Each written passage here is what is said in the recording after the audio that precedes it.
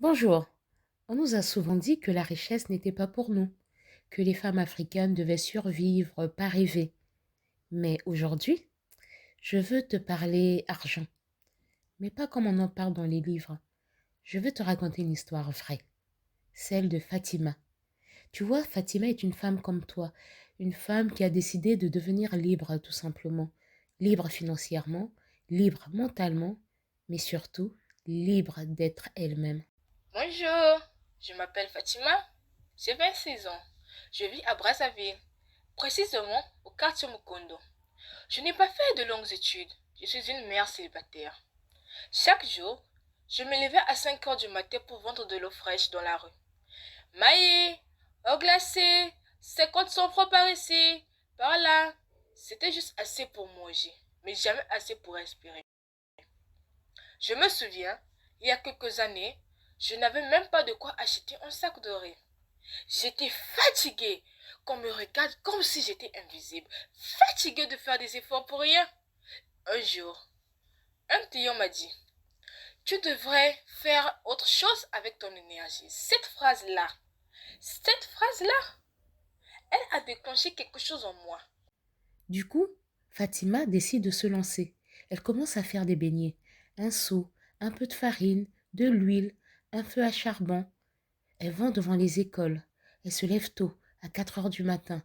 Elle prépare, elle emballe, elle marche. Les premiers jours, elle vend peu, mais elle ne lâche rien. Les gens riaient tous. Certains disaient, elle croit qu'elle va devenir riche avec ça. Mais moi, j'avais vu loin. J'avais la vision. Je me disais, si je vends 100 beignets par jour, je peux payer mon loyer.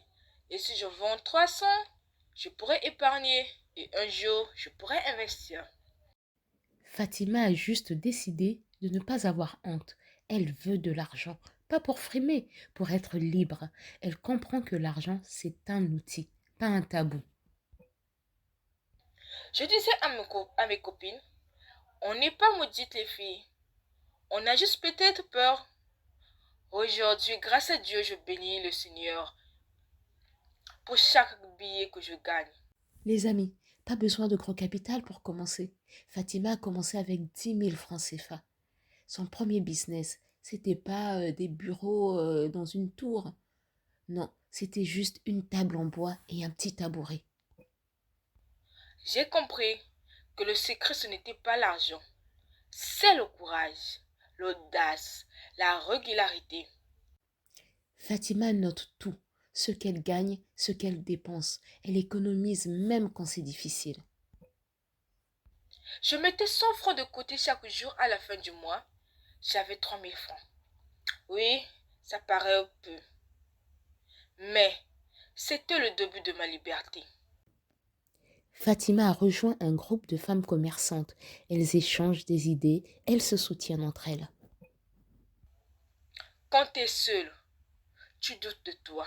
Mais quand tu vois d'autres femmes se battre, avancer, tu crois en toi. Finalement, Fatima décide de lancer son food truck. Elle en parle dans le quartier, elle reçoit du soutien. Elle crée sa marque. Aujourd'hui, mes Cat Crush emploient 15 personnes. Oui, je ne suis pas née riche. Mais je suis née pour laisser une trace. Et oui, je suis la preuve vivante que c'est possible. Fatoumata, finalement, ça pourrait être toi, n'est-ce pas? C'est ta sœur, c'est ta cousine, c'est ta voisine. C'est une femme africaine comme toi, puissante, intelligente, capable. Tu n'as pas besoin d'attendre l'autorisation de qui que ce soit. Tu veux devenir riche à ta manière, avec tes valeurs. Alors dis-moi, quelle est ta première action dès aujourd'hui? Dis-le moi en commentaire s'il te plaît. Abonne-toi si tu veux d'autres histoires vraies de femmes qui transforment leur vie. Et surtout, partage cette vidéo à une sœur, une amie, une reine qui a besoin d'y croire à nouveau. Ensemble, on va changer la narration. Une femme africaine à la fois.